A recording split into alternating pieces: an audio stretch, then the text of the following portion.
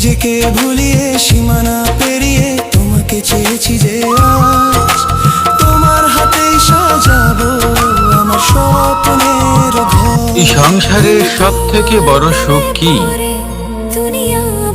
কেউ বলবেন নিজের লক্ষ্য প্রাপ্ত করা, কেউ বলবেন ধন উপার্জন করা, কেউ বলবেন নিদ্রাই সব থেকে বড় সুখ, কেউ বলবেন রাজ্য লাভ করা, আবার কেউ বলবেন মাতার হাত থেকে খাবার খাওয়া,